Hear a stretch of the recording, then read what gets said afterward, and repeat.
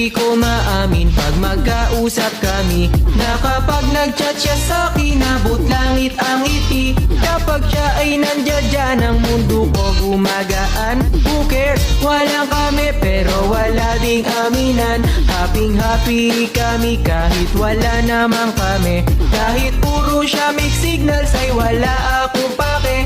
Ilang buwan pa lang kausap, turingan pang kaibigan. Minsan ko lang kakwentuhan, lagi siyang busy-busyhan. Pagka-click ko ng notif, ako ay napakilig. Pagkasabing hay anoksik, napaikot sa sahig.